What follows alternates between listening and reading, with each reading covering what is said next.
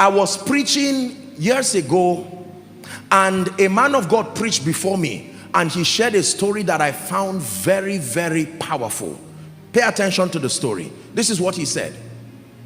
That there was a senior advocate, I think in this country or so, or around the world, very senior legal practitioner, very wealthy, very successful, influential, one whose name is a key. You know, names can be two things, keys or padlocks.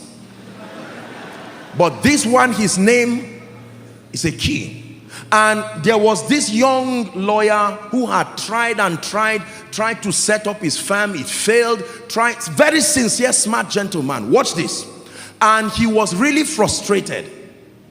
And he went to God in prayer and said, Lord, change my life. Things have to change. And every time he would stand, he would see some of these top clients, institutions running around to talk to that senior advocate, to help them, you know, in all kinds of legal services. And these people would be bidding for millions of dollars. And that gentleman felt life was so unfair. I'm just looking for a fraction of this thing. Look what they want to give this man, and he's leaving them. And what kind of thing is this? When God wanted to help that gentleman, this is what happened.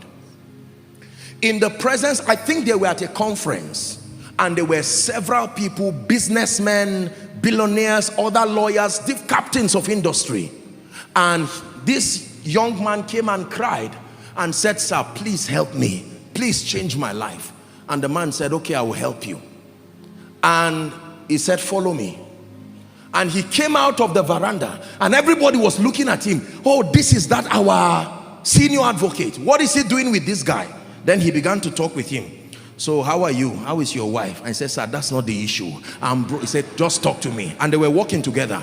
How are you? Are you eating well? Are you taking care? And he was angry. He was saying, sir, the issue is that I'm hungry. And the man said he walked with him. And when he walked with him, he got into his office and said, if you still fail, don't come to my office again. Listen. Do you know what he was doing? People were saying, who is this man?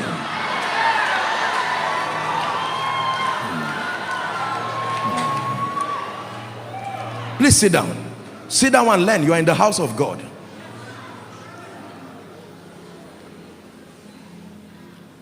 The gentleman came out, true story.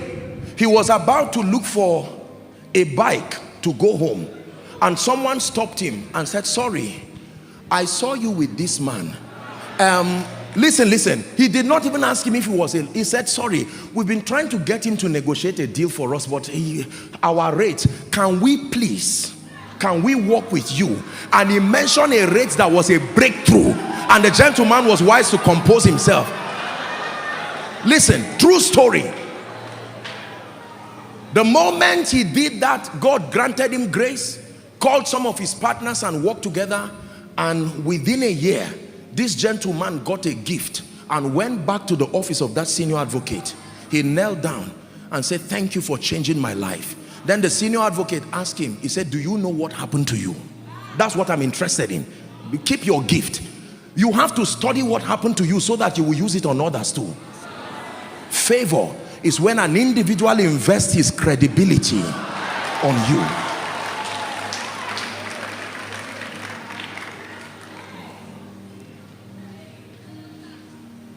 Listen carefully.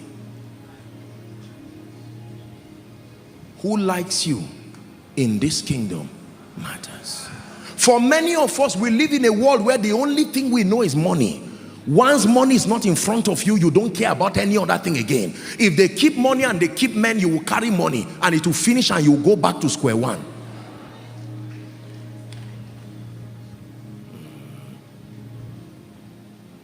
There are 7 currencies that we use to purchase realities in this kingdom. Everything is bought. There are 7 currencies. The least of them is money. I pray for you, Koinonia, from the depth of my heart. May you never be so poor that the only thing you have is money.